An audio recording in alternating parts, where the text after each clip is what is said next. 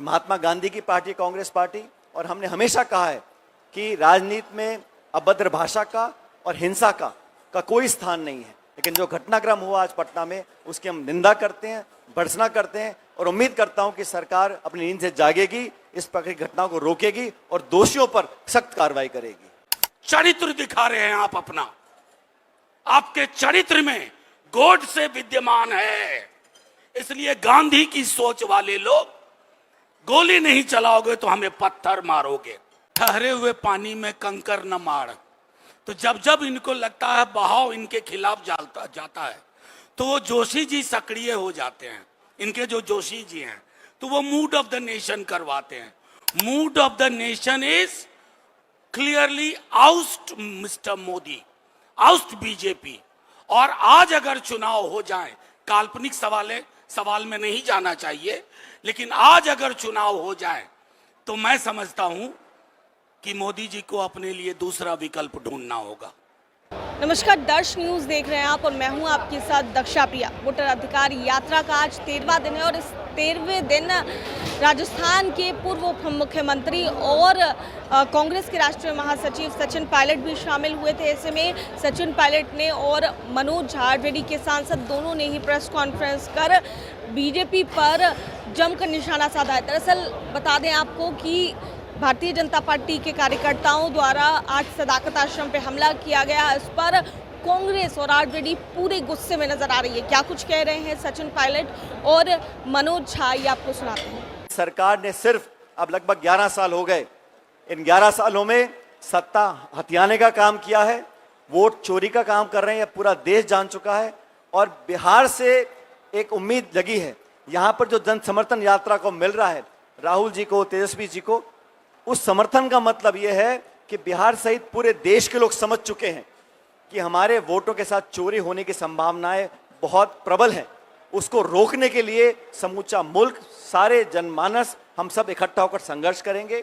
और आने वाले समय में अभी बहुत से भाषण होंगे, बहुत एनडीए के नेता आकर यहाँ बातें बोलेंगे, लेकिन कोई अपने बिहार के श्वेत पत्र जारी करने को तैयार नहीं है कि कितना हमने निवेश किया। मुझे याद है प्रधानमंत्री जी भाषण दे गए थे, इतने हजार करोड़, उतने हजार करोड़, इतने लाख करोड़।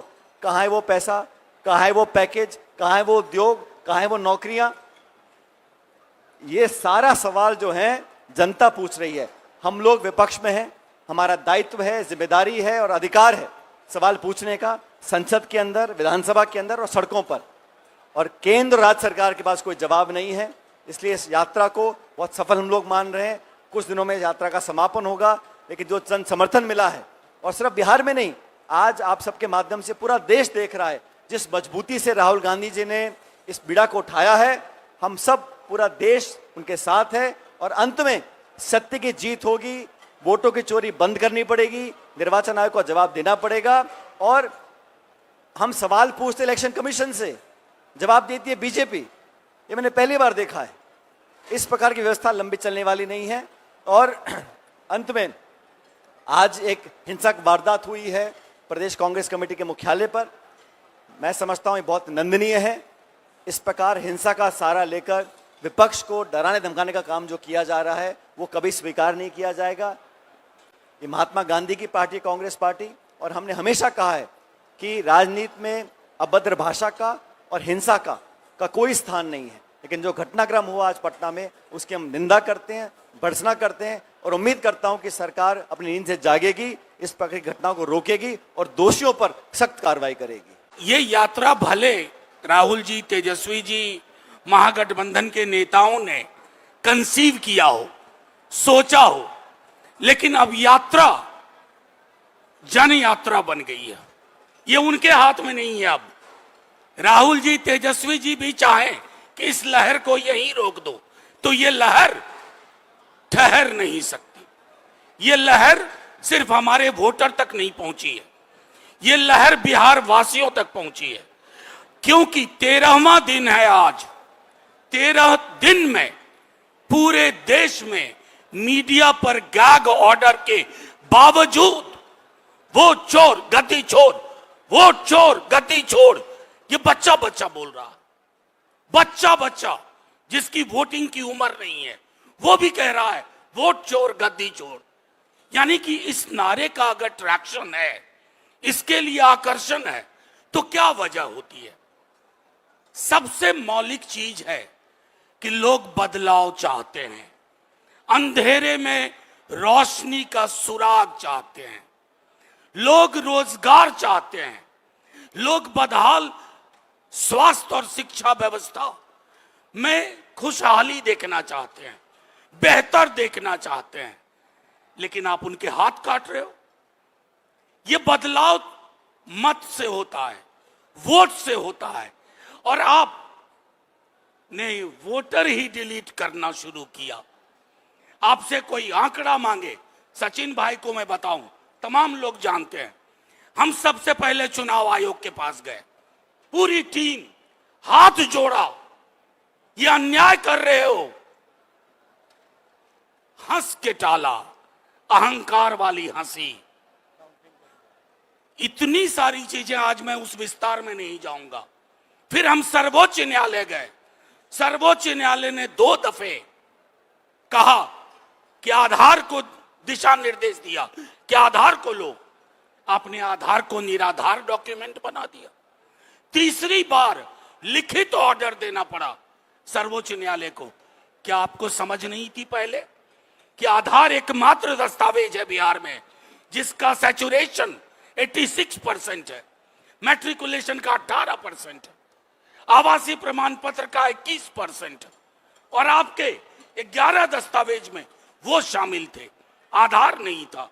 मंशा क्या थी? मंशा थी गरीब, गुरबा, दलित, पिछड़ा, मुसलमान, उनको बेदखल करो।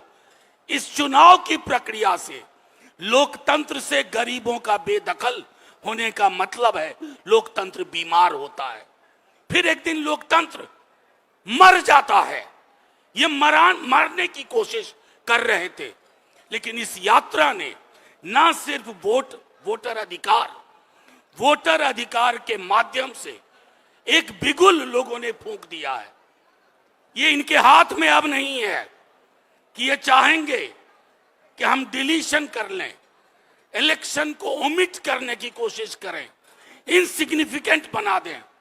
अब लोग एक एक वोट पे पहरेदारी देंगे। पहरेदारी, संभवतः पूरे महागठबंधन को बूथ एजेंट की भी जरूरत नहीं पड़ेगी, लोग बूथ एजेंट होंगे। हमें लोगों का वो जो अपार, किसी पार्टी की वजह से यात्रा नहीं होती है। यात्रा तब तक बलवती नहीं होती है, सार्थक नहीं होती है, जब तक उस यात्रा के पीछे लोग न जुड़ जाएं। 13वां दिन है और मैं बता रहा हूं, जहां जहां से ये यात्रा गुजर रही है उसके 100 किलोमीटर दाएं, 100 किलोमीटर बाएं उस यात्रा की गूंज सीधे तौर पे जा रही है। आप सभी मीडिया के साथियों का प्रश्न भी हम लेंगे, लेकिन उससे पहले मैं एक बात कहूं। हमारे तमाम नेताओं ने एक तथाकथित वीडियो चलाया गया और कहा गया कि राहुल जी तेजस्वी जी का मंच था। अरे साहब, झूठ की भी एक सीमा होती है, फरेब की सीमा होती है। हम तो आपसे भाषा के स्तर पर भी लड़ रहे हैं। हम तो चाहते हैं कि आपकी भाषा शालीन रहे। हम तो उसकी निंदा किए, जो भी व्यक्ति है कार्रवाई करो, लेकिन हेडलाइन मैनेजमेंट मत करो। और ये कौन लोग कर रहे हैं जिन्होंने गौरी लंकेश की हत्या के बाद मां बहन की गालियां दी, और उसको फॉलो कौन करते हैं? हमारे महामानव प्रधानमंत्री देश के। आप देख लीजिए कई हिस्ट्री शीटर जिनका पूरा करिकुलम वाइटे नफरत, घृणा, फरेब, हिंसा से भरा हुआ है, उसको फॉलो करते हैं होम मिनिस्टर और प्राइम मिनिस्टर। हम आपके साथ हैं, सुचिता हो, शालीनता हो, लेकिन ये क्या बात हुई? सदाकत आश्रम पर पथराव कर रहे हो, चरित्र दिखा रहे हैं आप अपना। आपके चरित्र में गोड से विद्यमान है, इसलिए गांधी की सोच वाले लोग, गोली नहीं चलाओगे तो हमें पत्थर मारोगे। मैं अपनी बात यहीं समाप्त करता हूं। आप आजाद हैं, कोई भी सवाल पूछ सकते हैं। हिंसा का सहारा लेकर आप क्या संदेश देना चाहते हैं?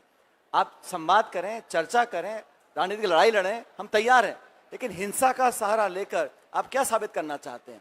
मैं चाहूंगा इस पर कार्रवाई करें मुख्यमंत्री जी और केंद्र सरकार। अगर चुनाव के बीच इस प्रकार की कार्रवाई होगी तो क्या संदेश देना चाहते हैं आप? लोगों को डराना चाहते हैं? कोई सहम जाएंगे? यात्रा चलती रहेगी, बुलंदी से चलेगी और तमाम लोग जो गांधी में विश्वास रखते हैं, सच्चाई में विश्वास रखते हैं, वो संघर्ष करते रहेंगे। लेकिन आप कह रहे हैं अभद्र भाषा का प्रयोग अगर कोई भी करता है उसकी मैं निंदा करता हूं, भर्त्सना करता हूं। एक मिनट आपकी बात में, चूंकि उसको संदर्भ मैंने दे दिया था, मैं एक छोटी चीज जोड़ता हूं इसमें। हम सब ने तो कड़ी निंदा की, हमारे टॉप लीडरशिप से लेके नीचे तक किसी ने इसके पक्ष में कोई खड़ा नहीं हुआ। लेकिन 50 करोड़ की गर्लफ्रेंड, जर्सी गाय, कांग्रेस की विधवा, भैंस, मंगलसूत्र, मुजरा, ये किसके बोल थे? कितनी डिबेट हुई, कितनी चर्चा हुई? ये आईना देखने का भी वक्त है। शुक्रिया। ये मैं आपको सीधे तौर पे एक बात कह दूं, ये लोग बीच बीच में अपने एक गाना सुना होगा, ठहरे हुए पानी में कंकर न मार।